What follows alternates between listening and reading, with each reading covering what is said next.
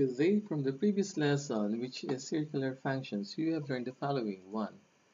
Learn how to evaluate trigonometric functions of any angle. Using reference angle and trigonometric values of special angles, you also learn how to evaluate trigonometric expressions, and you learn how to evaluate trigonometric functions using trigonometric identities. Okay? Today, actually for the next 2 to 3 weeks, your topic will be graphing circular functions and solving situational problems. Okay?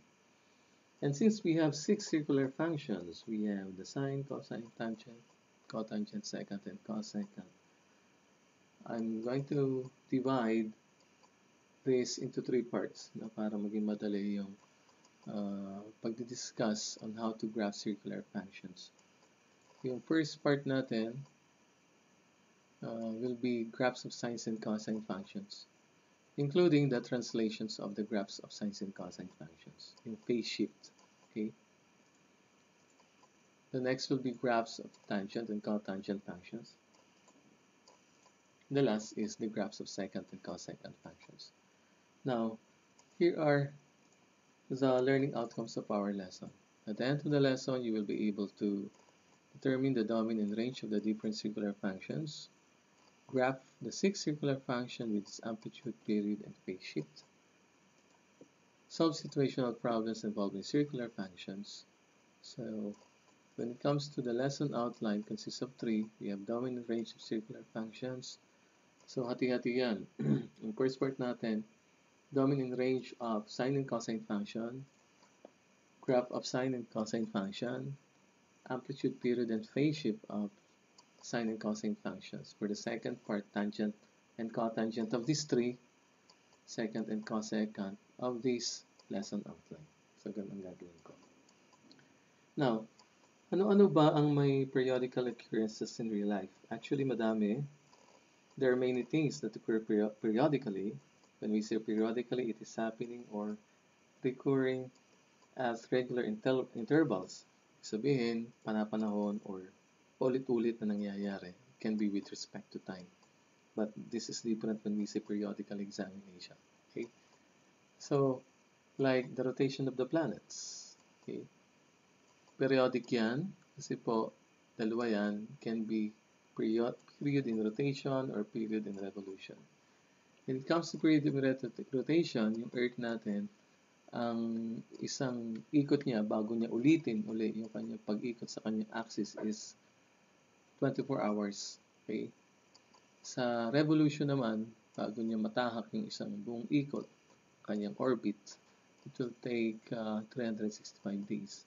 So, isang period niya is 365 when it comes to its revolution. Uulit-uli siya after that period. At kapag umulit-uli siya, when it comes to revolution, 2 years na yon, pa 2 years, or pa second period na ng kanyang revolution. Okay? So, we're going to compare the Earth's revolution and rotations to Neptune, 165 years in Earth's time ng kanyang revolution, and it consists of 18 hours lamang. Mabilis ang kanyang rotation. Okay? So, yan. What else? We have the rotation of the comets.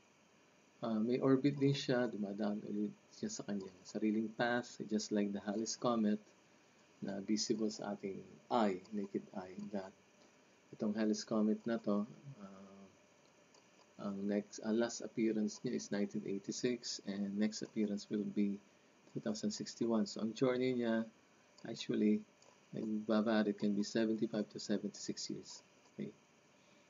What else? We have high and low tides, periodical din yan. The season of the year, we have in other countries, meron sila ng 4 seasons. Spring, summer, autumn, winter. Yan po ay periodical din. Ulit-ulit yan. Yearly nangyayari yan. Now, ano ba yung periodic function? The periodic function, it is a function f such that f of x equals f of the quantity x plus np. N is an integer, x is the domain of f, and p is a positive real number also.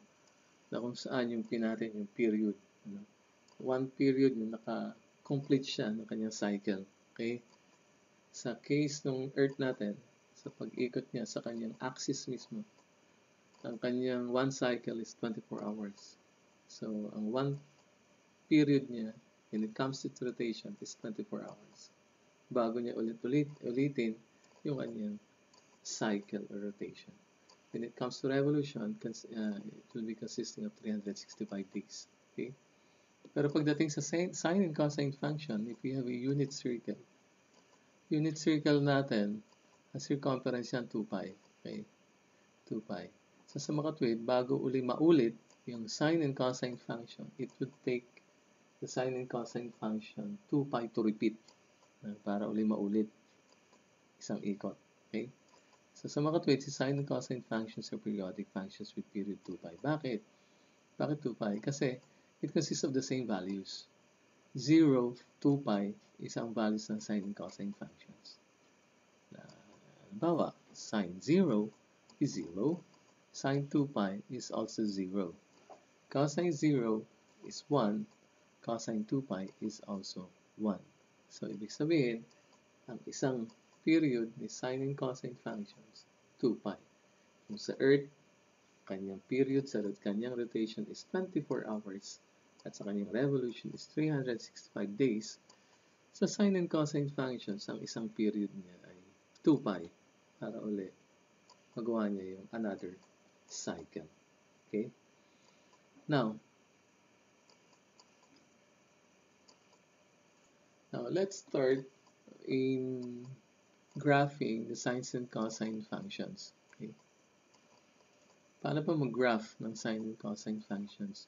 Kailangan alamin muna natin kung paano natin ilalagay yung mga angle sa ating unit circle papunta sa xy plane. Paano natin gagawin yun? To do that, I have here a GIF illustrating how to graph circular functions papunta dun sa ating xy plane. So, ibig sabihin, yung mga angle natin, itong angle na to, siya yung magiging x-axis natin, yung horizontal axis. At yun yung domain of the circular functions. Remember, yung angle natin sa ating axis, na si x, ay radian, in radian. Okay? At yung ating vertical axis will be the sine of the angle. Okay? So, the circular function of the angle. Okay? At ang kanyang scale is in real number. Okay? So, ganun gagawin natin. X-axis is the angle, na scale niya. Y-axis will be the real number. Okay? At yung ating x-axis, doon natin makukuha yung domain of the function. Yung f of x or the vertical axis, doon natin makukuha yung range of the function. Okay? So, for my next video, I'm going to illustrate to you how to sketch the graph, yung sine and cosine functions. And I'm going to teach you how to determine the,